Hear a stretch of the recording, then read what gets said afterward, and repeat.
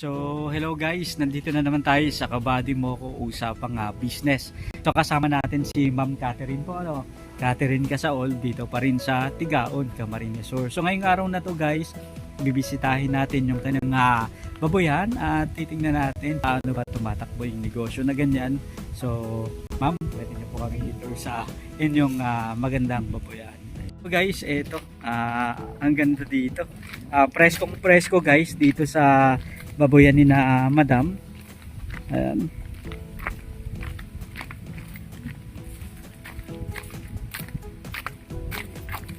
Ito guys yung baboyan nila. Ma'am, etong baboyan nyo po, ilang years na po kayong nagsimula sa pagbababoyan ng ganito? Magto 2 years pa lang. Kumusta naman po ma'am yung journey nyo sa pagbababoyan? Sa ngayon, okay pa naman. Okay pa naman. So, ma'am, noon po, ilan po yung baboy na inaalagaan nyo? Yung nagsisimula pa lang po kayo? Nagsimula po lang kami, dalawa. Dalawa. Oo. Tapos kasunod na roll out. Patining po yun? Patani. Opo. Tapos yung pagbenta namin, bumili ulit kami ng isa. Isa. Tapos ginawa namin inahin. Inahin. Oo. Tapos yun na. Tapos yun na. Opo. Oo. Tapos noon ma'am, yung unang start nyo po, magkano po yung price ng baboy nyon? Binili nyo lang po yung baboy nyon? Binili namin yung dalawa. Magkano po?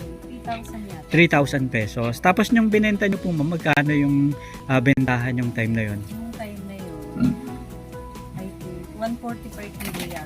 140. Pero mababa pa po yung feeds nyon. Oo, Mababa pa. Tapos ngayon po ma'am, ilan na po yung baboy na alaga nyo?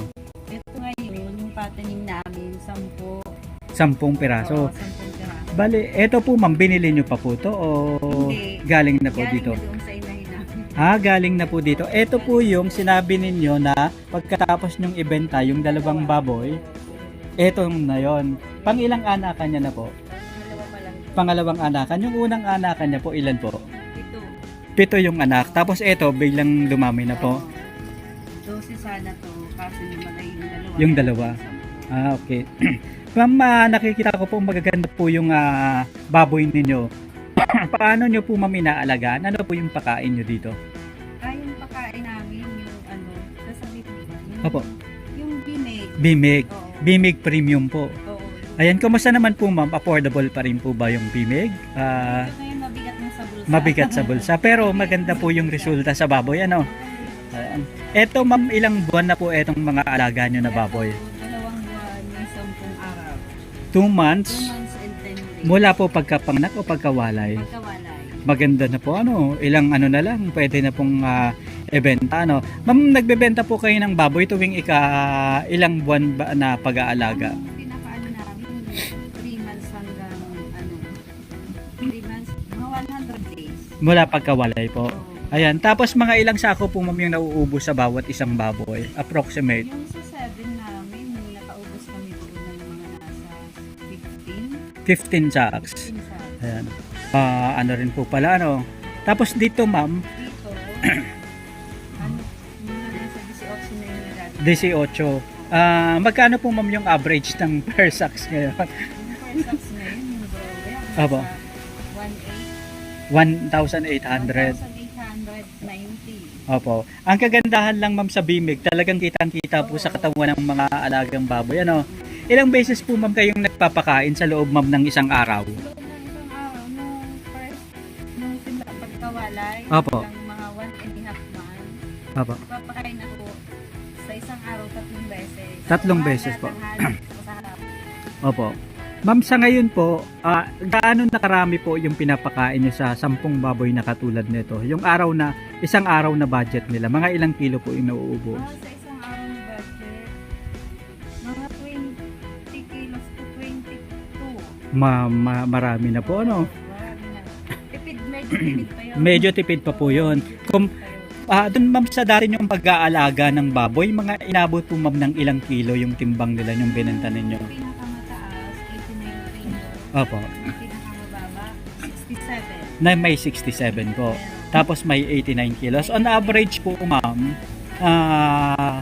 mga nag-80 plus yung pinaka-average nila. Oo, nag-80. Pero dun ma'am sa unang rollout nyo po, unang panganak nito, yung 7 na baboy, kumusta naman po yung pricing yun? Maganda-ganda pa rin po o kumita po kayo doon? Kumita naman. Opo. Kumita kami. Opo.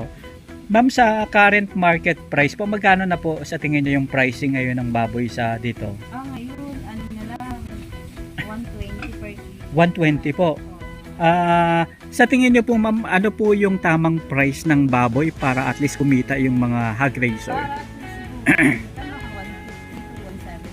Mga 150, okay pa. 170, yun na yung masasabi natin na may profit na ayos na po, ano? sa 150 nga, medyo ano pa yun. Sagaran pa po. Sagaran, makakabawi ka lang. Opo. Pero ang kagandahan po ma'am dito, dahil nag-invest po kayo dun sa inahin, is hindi nyo na po binili yung piglets. Yun na lang yung pakonsuelo nyo na kahit medyo mababa yung price, kaya nyo pang humabol. Kaya pang humabol. Opo. Pero dun sa mga bumibili ng biik talaga, Opo. parang wala na silang Kita. Talagang sagad na sagad po dun sa pricing, ano? Oo, tapos hindi pa nasusunod yung tamang pakain. Wala talaga. Opo. Kaya karamihan ngayon talagang pagdating ng medyo lubo-lubo na ng konti yung baboy nila, dispose na kaagad. Ayun po, ano. Tapos eto ma'am, ang pagpapaligo nyo po ma'am sa baboy tuwing mga anong oras? Ako, sa umaga, bago ko pakakainin. Opo. Tapos pagdating ng 9 to 10, Opo. 9 to 10, papaligo. Opo. Tapos sa tanghali, mga 12 or 1 o'clock. Opo. Tapos pag hapon naman, mga alas 3. Opo. hapon. Tapos, mga 4 or 5 p.m. bago ko na naman sila papakainin ulit. Ang ganda po, ano. Kaya talaga namang napakaganda guys ng resulta sa makaalagang baboy ni Madam, oh. Eto, talagang ang ganda pa ng kulay. Tapos malalaki. Ayan. Dito naman po ma'am sa pag-aalaga po ma'am ng inahin, okay lang po ma'am kahit nandyan lang po kayo. Dito po ma'am sa pag-aalaga ng inahin, ilang beses na pong pinapakain sa isang araw? Sige po. Ngayon, kasi ano na siya, buntis siya. Buntis na naman po to. Opo. Pinapakain ko siya, 2 beses lang sa isang araw. Sa umaga, sa hapon. Opo. Ma'am, eto po ma'am, mga ilang kilong feeds po yung nauubos na sa maghapon? Opo. Mga 2 kilo pwede na, 4 weeks yun. Opo. Tapos eto ma'am, ilang pagkapanganak niya, ilang days po siya bago naglandi ulit? Bago naglanding siya ulit, mga 15 days. 15 days lang po naglandi na. Bago pagkawalay mo. Pagkawalay. Hanggang Ayan. hindi pa nawawala yung hindi pa siya maglalagay. Opo. Tapos eto ma'am, may mga vitamins po ba kayong binibigay sa mga inahin? O wala na? Wala kami na siya. Basta diretso na po siya, no? Ayan. Tapos eto ma'am, kayo na rin po yung nagpaanak sa kanya o may katulong po kayo sa ano? Siya na lang. Diretso niya na? Diretso na. Ayos po, no? Magandang baboy ito, mabait. Tapos at least ma'am, parami na ng parami yung inaanak niya po, ano? Oo. Ano pong advice sa inyo ma'am yung mga kaibigan nyo na nagbababuyan na rin na ano?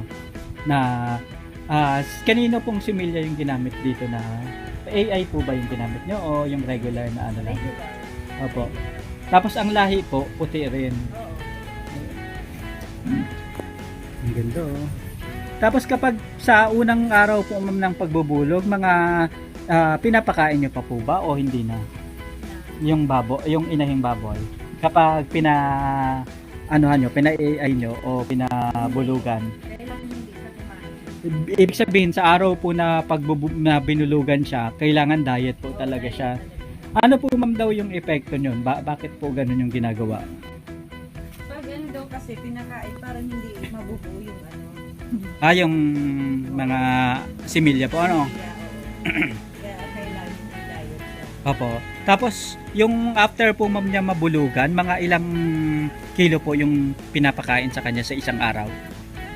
Kunti lang, siguro mga 1/4. Ganun. Hanggang sa parami na po ng Oo, parami, sa the more na parami. tumatagal. Ayun. Ma'am, advice nyo po sa mga nagbababuyan rin o mga gustong pumasok sa negosyo ng pagbababuyan. Paano po sila nila may pagpapatuloy yung babuyan nila at paano po sila pwedeng kumita? Sa akin kasi, kung gugustuhin talaga nila, kailangan talaga may kapital. Opo. Kasi hindi mo naman pwedeng iasa sa utang. Opo. Kasi mabigat yun eh. Opo. Kasi pag hindi ka man kumita, mabenta mo na, minsan kulang pa pambayad. Delikado. Delikado. Opo. Kaya dapat kung maisipan nilang mag-aalaga, yung kaya lang Opo. sa income nila para Opo. masustentuhan nila sa Yung pagkain. Oo. Importante po ba ma'am yun talaga? Importante yun kasi kung wala ka naman pang suporta, mga ano pa lang bebenta mo na, malulugi ka doon. Kapag mababa yung timbang po, ano? Oo, kapag mababa yung timbang. Opo. Kasi wala ka naman, ang choice talaga ng iba, no choice na ibibenta na kasi wala na pang suporta sa pampakain. Opo. Ayan, yun ma'am yung isa sa mga dahilan kung bakit nalulugi yung ibang Oo, mga yun yung- hog raiser. Oo, kasi pag mangungutang ka ng kids, may porsyento yun. Opo. Tapos, minsan, kung medyo hindi pa maganda yung pagkaalaga, hindi din maganda yung Tubo, laki ng baboy. laki ng baboy. Wala na, lugi ka na doon. Kasi Opo. sa isang baboy, ang pinakamalaking kita mo lang naman dyan is 1K. Opo. Yun na yung pinakamalaki sa isang baboy. Opo. Tapos sa ano naman po ma'am, ano po yung advantage ng meron kayong sariling inahing baboy kumpara sa wala? Ang advantage nun kasi, kumbaga, hindi ka nabibigla na lalabas ng ng kapital. Opo. Kasi meron ka ng inahin. Opo. Mamumuhunan ka lang dyan yung sa board. Opo. Magkano lang yun? 900 pesos. Opo. Yun lang. Kasi kaya yun yung advantage. Opo. Kasi kung bibili ka, kailangan mo may 6,000 ka sa dalawang baboy kasi 3,000 ba ngayon? Opo, 3,000. yung pinakamababa na po yun ano. Pinakamababa. Mas bumaba Mas pa po. bumaba pa, oo. Talagang sagaran talaga yung mga hog raiser natin po ano. Nung during pandemic, Opo. ang mahal nun ng biik, Opo. umabot nga siya ng 5,000. Opo. Oo. Ngayon, mababa na kasi marami na din ang may mga inahin. Opo. Tapos, Kumbaga medyo nag-convert yung po sila no. mga hog raiser, naglaylo yung iba kasi nga halos lugi kasi Opo. sa sobrang mahal ng pagkain. Opo. Yun lang naman. Talagang yung apektado po ano. Ang layo nga ng ang mahal ng pagkain sa sobrang sagad ng presyo. Ayan. Tapos sa ganito ma'am, ang market nyo ng mga, di ba halos mga backyard racer lang po Oo. tayo. Isang market nyo ma'am sa ganitong mga pag-aalaga ng baboy, saan nyo po ma'am binibenta? Sa palengke o para katay sa palengke o biyahero? Minsan may mga pumupunta na rin kasi may nag-iikot yung mga nagtitinda talaga ng Opo. Oh, yun na, kaya hindi na rin masyado mahirap ang pagbebenta. Opo. Tapos eto ma'am, saan mas magandang magbenta? Yung sa mga taga dito na o yung sa mga umiikot galing sa ibang lugar? Ang mas maganda yung price ng galing sa ibang lugar kaysa Kumpara yung dito. lang. Opo. Oo. Mas maganda yung binibigay nilang presyo. Opo. So eto ma'am, mga ilang months na lang po ito bago Ito, na lang, mga 3 weeks na lang. 3 weeks Siguro na lang. pwede na siyang Pero dito ma'am sa 3 weeks, mga ilan pa po yung expected nyo na mga mauubos ng baboy na alaga? Sa 3 weeks, expected ko dyan mga mga 6 to 8 sacks pa. Sa sako. so mga 8 plus, mga 16 kg pa ano? Oo, Ayan. 16K pa. Opo. Tapos ang target weight nyo po ma'am sa ganitong alaga, mga bago nyo ibenta, mga ano po yung inaasahan yung timbang? At least 80 kilos. 80 kilos. Oo. Or higit pa ano? Pa. Opo. Tapos dito naman ma'am, yung water source nyo, wala naman po kayong problema ano? Walang problema. Kasi ito po ma'am galing sa May sapa dyan, galing yan dyan. yung parang bukal-bukal na po ano. Oo, yung irrigation, Opo. nandyan Ayan. lang kasi. Mas madali po ano, may tubig na na-host kayo po ano. Oo. Ayun. May lang kami, may water pump para mas maganda yung Yung- Pero okay lang naman kahit wala kasi kaya Opo. lang pag hindi maganda, mahirap maglinis. Opo. Ma'am dito po ma'am, malilinis yung baboy nyo, walang amoy dito sa baboyan nyo. Oo. Kanina nakatambay kami dyan, kasama natin yung katropa natin na teacher. Halos walang amoy. Ano pong nyo dun ma'am? Ano pong sikreto? Lagi lang malinis. Lagi nyo lang pong nililinisan. Ayan, talagang, ngayon kasi talagang wala, hindi natin naaamoy na katulad sa Pag iba. naglilinis kasi ako, kahit Opo. malamig, maulan, Opo. lagi ko silang pinapaliguan Opo. para hindi didikit. Kasi merong mga naglilinis na talagang as in tatanggalin lang. Ano lang, yung dumi. Sa sahig. Opo. Minsan hindi na pinapaliguan yung baboy. Opo. Ay, hindi yung pwede sa akin. Opo. Ayun. Lagi, bago ko sila papakainin talaga papaliguin ko sila. Opo. Kasi minsan nakaka-apekto din yun sa kanila. Pagkakain sila, malinis sila. Opo. Dapat malinis talaga. Opo. Ma'am, ano po kayo? Wet feeding o dry feeding? Wet. Oh, talagang may tubig, May po. tubig talaga. Pero yung Kasi- pellet po ba yung pakain nyo sa kanila o yung mash? Ano, yung pile. Opo. Tapos tinutubigan po. Ano? Oo. Ano pong advantage nyo, ma'am? Mas maganda pag may tubig kasi siya kasi medyo nakakaano yun sa baboy. Sa Pag dry kasi, medyo ano yun eh, hindi siya maganda. Opo. Kasi yung tubig medyo nakakadagdag din sa weight nila. Ng Opo. Mm. Yun. Ano po ma'am yung sikreto para tumagal sa ganitong negosyo o para magtuloy-tuloy yung negosyo na pagbababoyan? Ang sekreto lang naman is kung talagang gusto mo, Opo. lagi kang may nakalaan na budget. Yun lang talaga. Yun lang talaga. Para at least Oo. sure ball na Oo. continue. Ano? Oh, sure ball na Ayan. continue. Yun lang naman talaga yung pinaka-hindrance. Opo. Kahit sa anong negosyo naman. Opo. Oo. Ayan. Ma'am, maraming salamat po sa pagsama niyo sa amin ngayong araw na to. Thank you very much po sa pag-share sa amin ng inyong babuyan at syempre dagdag kaalaman. Thank you very much po, ma'am. Good luck po sa business.